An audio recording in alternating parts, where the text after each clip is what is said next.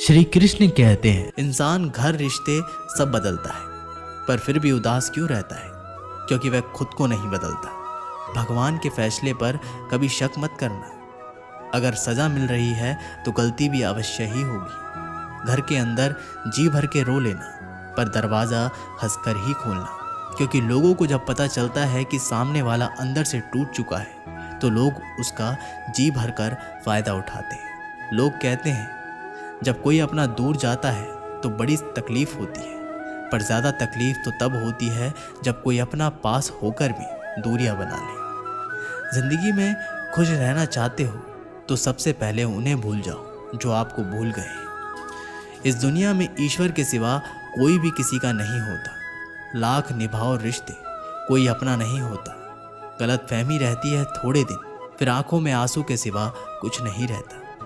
अहंकार में डूबा इंसान को ना तो खुद की गलतियां दिखाई देती है और ना ही दूसरों की अच्छाइयाँ। अक्सर हम उन्हीं लोगों के हाथों अपना मजाक बनवाते हैं जिन्हें हम कमज़ोर पलों में अपनी सारी सच्चाइयाँ सौंप देते हैं। अगर दो व्यक्तियों में कभी लड़ाई ना हो तो समझ लेना कि रिश्ता मन से नहीं दिमाग से निभाया जा रहा है। जहाँ सफाई देनी पड़ जाए हर बार, वो रिश्ते कभी गहरे नहीं होते। अहम दिखाकर रिश्ते तो तोड़ने से अच्छा है कि माफ़ी मांगकर वो रिश्ता निभाया जाए। रिश्ते नाते वो होते हैं जिसमें शब्द कम लेकिन समझ ज़्यादा होती है, जिसमें तकरार कम और प्यार ज़्यादा होता है, जिसमें आशा कम और भरोसा ज़्यादा होता है। रिश्ता दिल से होना चाहिए, शब्दों से नहीं। नाराज़गी शब्दों में होनी चाहिए, मन से नहीं। अच्छे लोगों का हमारे जीवन में आना भाग्य की बात है, लेकिन उन्हें संभाल कर रखना वो हमारे हुनर की बात है। एक प्यारा रिश्ता वह होता है जिसे किसी एक का प्यार उसे मुक्त बनाता है। मेरे साथ हंसो लेकिन मुझ पर कभी नहीं, मेरे साथ रो लेकिन मेरी वजह से नहीं। जिंदगी से प्यार करो तभी तुम खुद से प्यार कर सकोगे, तो तभी तुम्हें कोई प्यार करेगा। ऐसे रिश्ते दिलों में प्यार लेकर बसते हैं जहां नफरत और जलन के लिए कोई जगह ही नहीं होती। हम सभी के जीवन में रिश्ते बेहद महत्वपूर्ण होते हैं। कुछ रिश्ते हमें जन्म से ही मिले होते हैं तो कुछ रिश्ते हम खुद बनाते हैं। वही ज़रूरी नहीं कि हम हर रिश्तों को खुश रख सकें या फिर दुखी की घड़ी में सभी रिश्ते हमारे साथ हों। कभी कभी करीबी रिश्तों में भी आपसी मतभेद की वजह से कड़वाहट पैदा हो जाती है, तो कई बार रिश्तों के टूटने तक की नौबत आ जाती है। रिश्ते बड़े नाजुक होते हैं, इसलिए हमें अपने रिश्तों को मजबूत बनाने के लिए प्रयास करना चाहिए और उनकी अहमियत को समझना चाहिए। अपने रिश्तों को बारिश की तरह ना बनाएं जो आई और गई, बल्कि रिश्ते ऐसे बनाएं जो हवा की तरह हमेशा आपके संग रहे। प्रत्येक दोस्त हमारे भीतर एक दुनिया का प्रतिनिधित्व करता है। जब तक दोस्त नहीं आते तब तक इस दुनिया का जन्म नहीं होता, और उनके आने से ही एक नई दुनिया जन्म लेती है। एक सच्चा दोस्त वह होता है जो पूरी दुनिया के चले जाने के बाद भी आपके साथ होता है।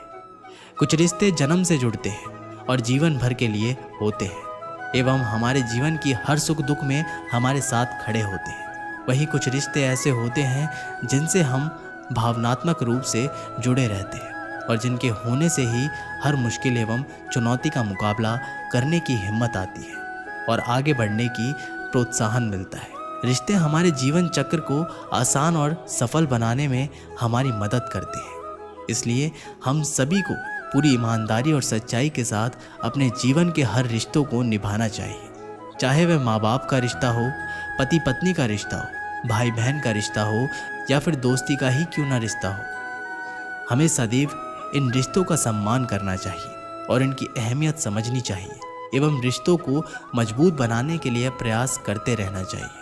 कोई भी रिश्ता बनाना इतना आसान है जैसे मिट्टी पर मिट्टी लिखना, पर उसे निभाना उतना ही मुश्किल है जैसे पानी पर पानी से पानी लिखना। यदि आप प्यार करने लायक बनना चाहते हैं तो प्यार करो और प्यारे बनो। हो सकता है कि लोग आपके द्वारा कहे गए शब्द भूल जाएं, लेकिन वे ये बात कभी नहीं भूलते कि आपने उन्हें कैसा महसूस करवाया। हम सभी हर रिश्ते से किसी न किसी तरीके से भावनात्मक तरीके से जुड़े रहते हैं। वहीं कई बार रिश्तों में सही गलत की पहचान कर पाना भी मुश्किल होता है। अच्छे बुरे के चक्कर में हम उलझते चले जाते हैं और रिश्ते बिगड़ जाते हैं, जिसकी वजह से इंसान बुरी तरह टूट जाते हैं। वही कई बार तो लोग रिश्ते टूटने की वजह से डिप्रेशन तक का शिकार हो जाते हैं। इसलिए ऐसी नौबत नहीं आए और हमें वक्त रहते रिश्तों की कद्र करनी सीखनी चाहिए एवं अपने रिश्तों को और भी अधिक खूबसूरत बनाने की कोशिश करनी चाहिए। एक बार की बात है, एक राज्य का राजा था। उसे शिकार करने का बहुत ही शौक था। एक दिन वह राजा अपने सरदार और कुछ सैनिकों के साथ शिकार के लिए जंगल की ओर निकला। वह काफ़ी दूर तक शिकार की खोज में चले गए। ज़्यादा दूर तक चलने से भी सभी को प्यास लगने लगी। सभी ने जंगल में पानी खोजना शुरू किया। फिर एक सैनिक को रास्ते पर एक कुआं दिखाई दिया। सैनिक ने राजा को ये बात बताई कि वहाँ पर एक कुआं है जहाँ से हम अपनी प्यास को शांत कर सकते हैं। राजा ने उस सैनिक को आदेश दिया कि वहाँ से उसके लिए पानी लाए। सैनिक राजा के आदेश का पालन करते हुए उस कुएं के पास गया। वहाँ पर सैनिक ने देखा कि एक नेत्रहीन वृद्ध व्यक्ति रास्ते से जाने वाले लोगों की जल सेवा कर रहा है। सैनिक उस नेत्रहीन वृद्ध व्यक्ति के पास गया और बोला, ए पनिहारे, एक लोटा पानी दे, हमें कहीं आगे ले जाना है।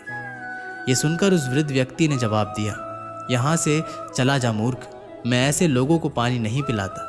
ये सुनकर सैनिक तुरंत वहाँ से चला गया।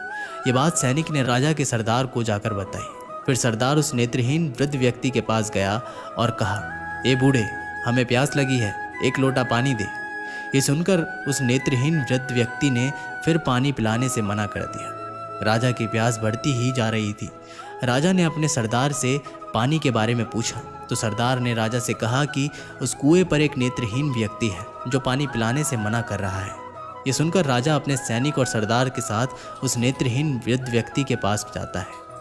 उस वृद्ध व्यक्ति से कहता है, बाबा जी, हमें बहुत प्यास लगी है, गला सूखा जा रहा है, यदि आप थोड़ा पानी पिला देंगे तो आपकी बड़ी कृपा होगी। ये सुनकर उस नेत्रहीन व्यक्ति ने राजा से कहा, आप बैठिए, मैं आपको अभी पानी पिला देता हूँ। फिर उस वृद्ध व्यक्ति ने सम्मानपूर्वक राजा को बैठाया और पानी पिलाया। पानी पीने के बाद राजा ने उस वृद्ध व्यक्ति से पूछा कि आपको कैसे पता चला कि ये सैनिक व सरदार है और राजा मैं हूँ? तो इसका जवाब उस व्यक्ति ने बहुत ही अच्छे शब्दों में दिया। वृद्ध व्यक्ति ने कहा, इंसान की पहचान करने के लिए आंखों की ज़रूरत नहीं है, उसकी वाणी ही उसकी असली पहचान होती है। ये सुनकर वहाँ पर मौजूद सरदार व उस सैनिकों को शर्म महसूस हुई। हमें ये प्रेरणा मिलती है कि जीवन में वाणी से बढ़कर कुछ नहीं है। यदि हमारे पास अच्छी वाणी और बोलने का तरीका होगा तो हम अपने जीवन में वो सब हासिल कर सकते हैं जो हम चाहते हैं। कई बार भगवान हमारे रिश्ते खुद तोड़ देता है ताकि कोई हमारी ज़िंदगी खराब ना कर सके। दुनिया में सबसे खुश लोग वही हैं जो ये जान चुके हैं कि दूसरों से किसी भी तरह की उम्मीद करना बेकार है। ज़िंदगी में थोड़ा दुखी भी होना ज़रूरी है। हमेशा सुख मिलता रहेगा तो आप कभी भी ज़िंदगी में आगे नहीं बढ़ पाओगे। ये गलत सोच है इंसानों की कि एक अकेला इंसान क्या कर सकता है। पर देखो ज़रा उस सूरज को जो अकेला ही सारी दुनिया को रोशन करता है। भाग्यशाली वो नहीं होते जिन्हें सब कुछ अच्छा मिलता है, बल्कि भाग्यशाली तो वो होते हैं जिन्हें कुछ भी मिलता है उसे वो अच्छा बना लेते हैं। गीता में लिखा है, जब इंसान की ज़रूरतें बदल जाती हैं तब उसके बात करने का तरीका भी बदल जाता है। फ़ायदा सबसे गिरी हुई चीज़ है, लोग उठाते ही रहते हैं। हारता वो है जो शिकायत बार बार करता है और जीतता वो है जो कोशिशें 1000 बार करता है। जिस इंसान को हम बेहद प्यार करते हैं वही इंसान हमारा सबसे ज़्यादा फ़ायदा उठाता है, क्योंकि वो इंसान जानता है कि हमारी कमज़ोरी क्या है। इतने समझदार बनो कि किसी को माफ़ कर दो, लेकिन इतने बेवकूफ़ मत बनो कि धोखा देने वाले पर दोबारा विश्वास कर बैठो। उम्मीद मत छोड़ना, कल का दिन आज से बेहतर होगा। ज़िंदगी में उस लेवल तक पहुंच जाओ कि लोग आपको खोकर पछताएं। जीवन में कभी भी किसी से अपनी तुलना मत कीजिए। आप जैसे हो सर्वश्रेष्ठ हो, क्योंकि ईश्वर के हर एक रचना सर्वोत्तम होती है। खुद को किसी से कम समझना ईश्वर की रचना का अपमान है। इंसान का मन ही उसका सबसे बड़ा दुश्मन है और उसका सबसे बड़ा दोस्त। यदि मन आपसे जीत जाता है तो वह आपका दुश्मन बन जाता है, और यदि आप मन से जीत जाते हो तो वो आपका सच्चा दोस्त बन जाता है। यदि कोई आपको नज़रअंदाज कर दे तो बुरा मत मानना, क्योंकि लोग अक्सर अपनी हैसियत के हिसाब से चीज़ों को नज़रअंदाज करते हैं। उन लोगों के पीछे कभी मत भागना जिन लोगों को आपकी कोई परवाह नहीं। श्री कृष्ण कहते हैं, गलती हर इंसान से होती है, लेकिन गलतियां सुधारना वही इंसान कर सकता है जो दिल का साफ होता है और रिश्तों को खोना नहीं चाहता। जिंदगी का सबसे बड़ा थप्पड़ किसी से की गई उम्मीद मारती है। कभी कभी इंसान ना टूटता है ना बिखरता है, बस हार जाता है, कभी खुद से तो कभी किस्मत से तो कभी अपनों से। हर जिंदगी में खुद को समय ज़रूर दें, क्योंकि आपकी पहली ज़रूरत आप खुद हैं। याद रखना कि ज़रूरत से ज़्यादा अच्छे बनोगे तो ज़रूरत से ज़्यादा इस्तेमाल किए जाओगे। रिश्ते चाहे कितने भी बुरे क्यों ना हो, उन्हें कभी मत तोड़ना, क्योंकि गंदा पानी प्यास बुझाने के काम नहीं पर आग बुझाने के काम ज़रूर आता है। ज़माना जब भी मुश्किलों में डाल देता है तो परमात्मा हज़ारों रास्ते निकाल देते हैं। विश्वास करने वाले से ज़्यादा बेवकूफ़ विश्वास को तोड़ने वाला होता है, क्योंकि वह सिर्फ एक छोटे से स्वार्थ के लिए एक अच्छे इंसान को खो देता है। भलाई करते रहो पानी की तरह, बुराई खुद ही किनारे लग जाएगी कचरे की तरह। जब कोई समझे ना तो उसे समझाने की ज़रूरत ही क्या है, और जब कोई माने ना तो उसे बताने की ज़रूरत क्या है। सच्चे दिल से किसी ज़रूरतमंद की मदद करके तो देखो। अगर दिल को सुकून ना मिले तो कहना, जिसे जाना है उसे जाने दो। वो अगर आज रुक भी गया तो कल चला ही जाएगा। इंसान को इंसान से दूर कर देने वाली सबसे पहली चीज़ जुबान है, और दूसरी चीज़ पैसा है। जिन्हें सपने देखना अच्छा लगता है उन्हें रात छोटी पड़ जाती है, और जिन्हें सपने पूरे करना अच्छा लगता है उन्हें दिन छोटा लगता है। किसी की आदत देखनी है तो उसे इज्जत, और किसी की अगर फितरत देखनी है तो उसे आज़ादी दो। हर इंसान में कोई ना कोई प्रतिभा ज़रूर होती है, पर लोग अक्सर उसे दूसरे जैसा बनने में नष्ट कर देते हैं। महंगे इतने भी मत बनो कि लोग तुम्हें बुला ना सके, और सस्ते इतने भी मत बनो कि लोग तुम्हें नचाते ही रहें। खामोशियाँ कभी बेजुबान नहीं होती। कुछ दर्द ऐसे होते हैं जो आवाज़ तक छीन लेते हैं।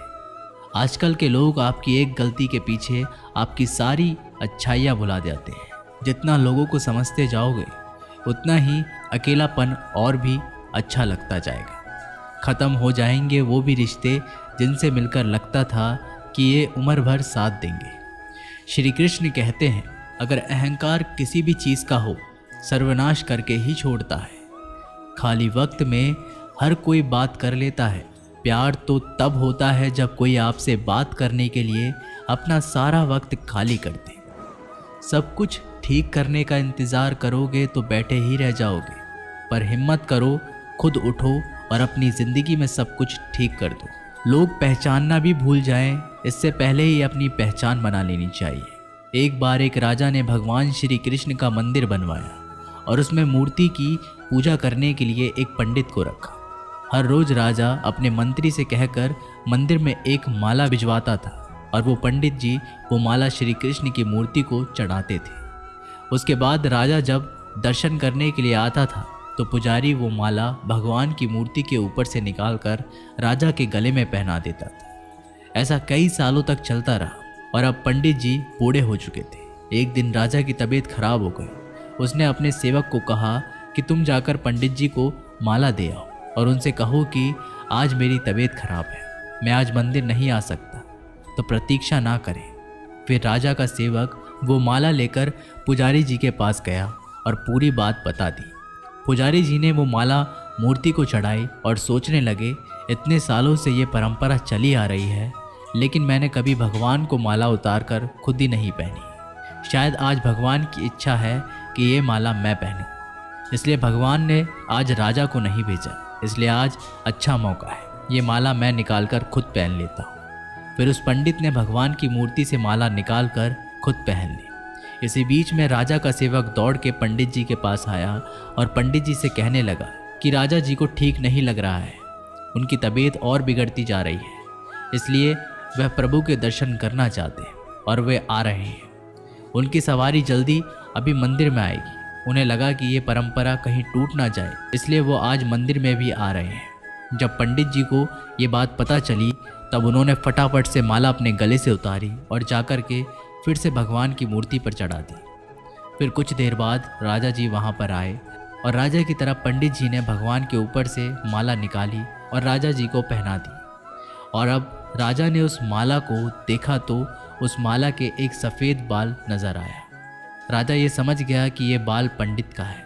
राजा ने पुजारी जी से पूछा, क्या ये माला आपने पहनी थी? इसमें सफ़ेद बाल कहाँ से आया? ये सुनकर पुजारी जी घबरा गए। उन्हें लगा कि अगर ये सत्य बोल दूं तो मुझे राजा दंड देंगे, इसलिए वह पुजारी ने कहा, ये बाल तो श्री कृष्ण का है। राजा को ये बात सुनकर बहुत गुस्सा आया। उन्होंने कहा, तुम झूठ बोल रहे हो, भगवान के कब से सफ़ेद बाल होने लगे? राजन ने कहा, मैं फिर कल आऊँगा और श्रृंगार के समय देखूंगा कि उनके बाल सफ़ेद है या काले। अगर बाल काले निकले और सफ़ेद नहीं निकले, आपको कल ही मृत्यु दंड दिया जाएगा, क्योंकि आपने मुझसे झूठ बोला है। राजा ये कहकर वहाँ से चला गया। इधर पुजारी भगवान के चरणों में गिरकर रोने लगा, हे प्रभु, मुझे माफ़ कर दीजिए, मैं लोभ में आ गया था, मुझे लगा मुझे ये माला पहन लेनी चाहिए, मुझे बचा लीजिए, नहीं तो कल राजा मुझे मार देंगे। वो पुजारी पूरी रात भगवान के चरणों में गिरकर रोने लगा, विनती करने लगा, प्रभु मुझे बचा लीजिए। अगली सुबह राजा श्रृंगार के समय मंदिर में पहुंचा। राजा ने भगवान की मूर्ति के ऊपर से मुकुट निकाला और उनके बाल देखे तो राजा चौंक गए, क्योंकि भगवान की मूर्ति के ऊपर सफ़ेद बाल थे। राजा ने सोचा कि यह पुजारी की कोई चाल है, इसने मौत की सज़ा से बचने के लिए भगवान के बाल सफ़ेद कर दिए हैं। राजा ये बाल असली है या नकली, इसकी जांच करने के लिए बाल तोड़ने लगा। जैसे ही राजा ने कुछ बाल तोड़े तो मूर्ति में से खून की धारा बहने लगी।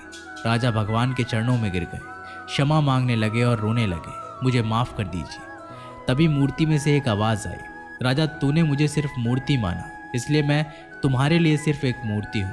लेकिन पुजारी ने मूर्ति में साक्षात भगवान देखा, इसलिए मुझे मेरे भक्त की रक्षा करने के लिए मेरे बाल सफ़ेद करने पड़े और खून की धारा बहानी पड़ी, ताकि मैं तुम्हें समझा पाऊँ कि जहाँ भाव है वहाँ भगवान है। अगर आप वाकई में भगवान का स्मरण करते हैं, उन्हें देखना चाहते हैं, तो आपके अंदर सिर्फ भाव होना चाहिए।